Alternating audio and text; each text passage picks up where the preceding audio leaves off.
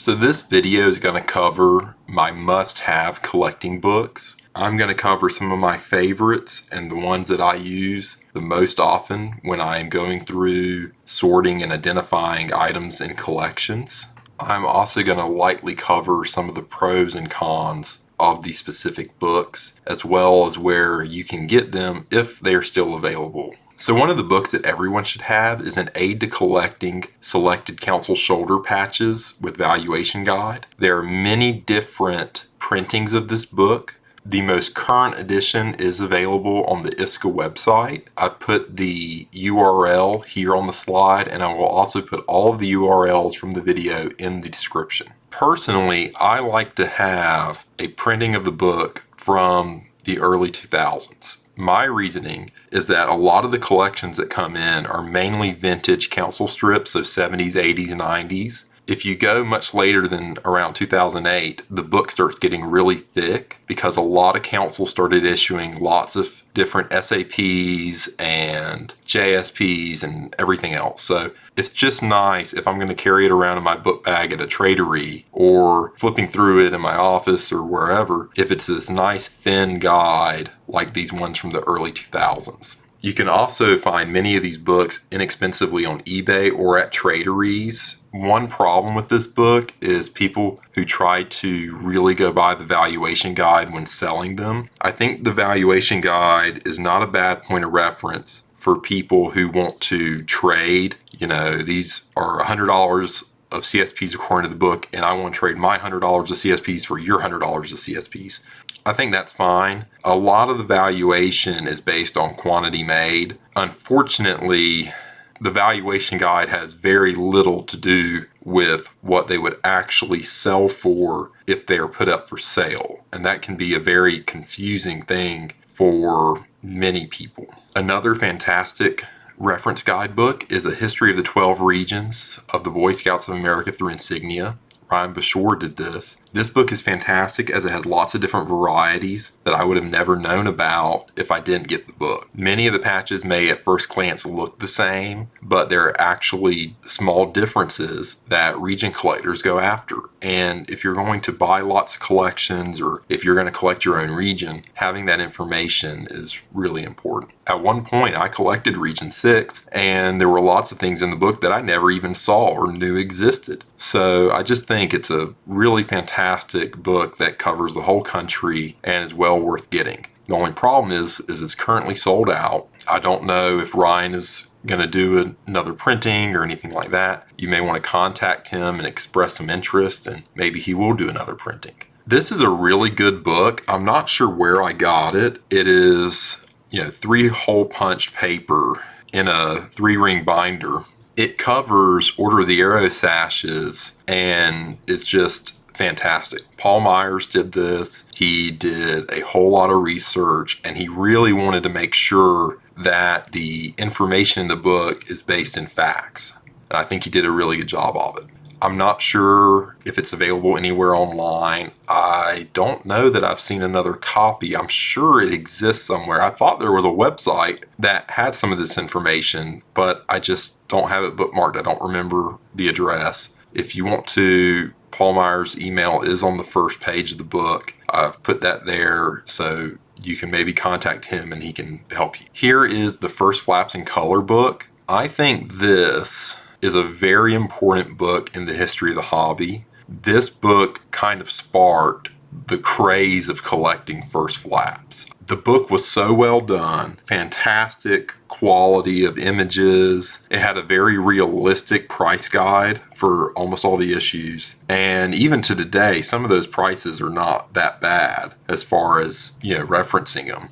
This is a book you can put in your bag. You can show up at a traderie. If you don't really know first flaps and someone pulls out an old flap collection, you could sit there and flip through the book and see, I need this one, this one, this one, this one, this one, or, maybe I should buy these because it says these are rated as fairly rare. There was a rating scale in the book from 1 to 10, and I think that was really nice because it helps you put the different rarity of the flaps in perspective to the other flaps. The Scout Patch Auction TSPA website says the book is still available. It has some pricing information, but if you click on some of their links, the links are broken. So I'm not sure if they still have copies of the book. They may. And if they don't have copies right now, you could always ask them to keep an eye out for you. This is personally my favorite edition of the Terry Grove Eagle Scout Award book. It was very sad. Terry passed earlier this year. The family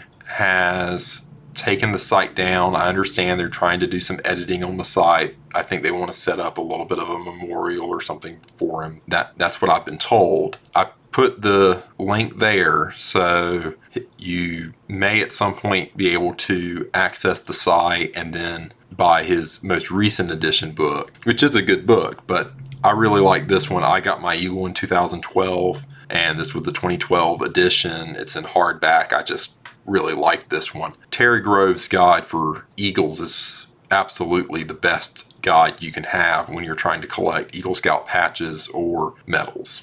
I also recommend that you check out any of the videos that Terry Grove did for the YouTube channel. He did 2 videos on Order of the Arrow ceremonies, and he also did 2 videos on the Eagle Scout patch. Now, this is a dense book. It's a fantastic book. It covers, as it says, badges, uniforms, and insignia. So if you have any question regarding anything to do with badges, uniforms, or insignia, it will at least be covered to some degree in this book. It provides, for the most part, an overview to each area. I know that if I'm going to identify position patches or collar brass or anything else that I'm really not sure what it is, I usually pull out this book. It is probably the book I use the most out of all my reference material. The only downside is that it covers so much that he wasn't able to add a whole lot of photos. This means that you've got to go through and look at reading about this item and reading the description and so on and so on. The book can be found on Mitch Reese's website. I put the link there. I think he sold out of the hard copy, but I think he still has it in digital form, which some of you may prefer. Now, this book is one of those books that I think a lot of people don't really know is out there. It's the ribbon bars and knots. I don't really use it as much for the ribbon bars because I just don't get as many of those as I do knots. But anytime I get a knot, when I finally get around to listing them, this is the book I pull out. It goes over all the knots. Some of these knots maybe had the same design but switched and were named different things at different times. So maybe a certain variety is named one award and another one is named another award. There's a lot of information in this book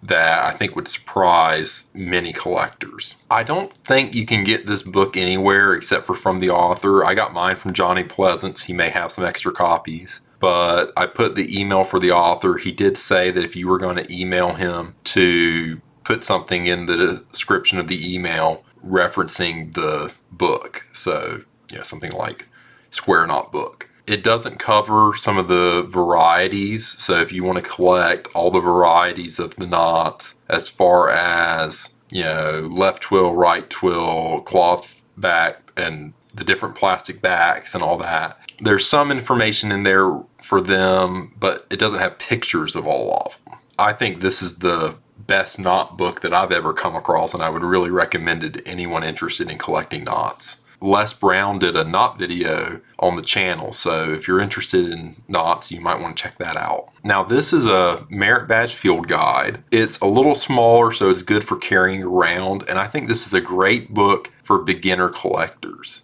Fred Durst did this book. I really enjoy the tables in the back that show you how many merit badges were earned in every single year. If you're going to collect merit badges and get started, I think it's a fantastic book. I'm going to cover some online reference material in another video. I really like Ron Oslin's site for merit badges, but this is certainly how I got started collecting merit badges, was with this book, and I still carry one around whenever I'm going to shows. So this is a little bit different type of book. This was the Bernie Miller collection that TSPA handled. And there's a lot of fantastic material in this collection. maybe half the book or so is more or less the catalog of this item is going to be sold for this and so on. But there's still a lot of interesting information mixed in. There are some pictures of some really phenomenal items that you won't see in other reference material. It really is worth having Volume 1 and Volume 2 on your shelf just to flip through and to get a nice overview of lots of different areas of scout collecting. It says it's available on the TSPA website. The links don't seem to quite be working. I'm not sure, but I would definitely contact them if you're interested in getting copies.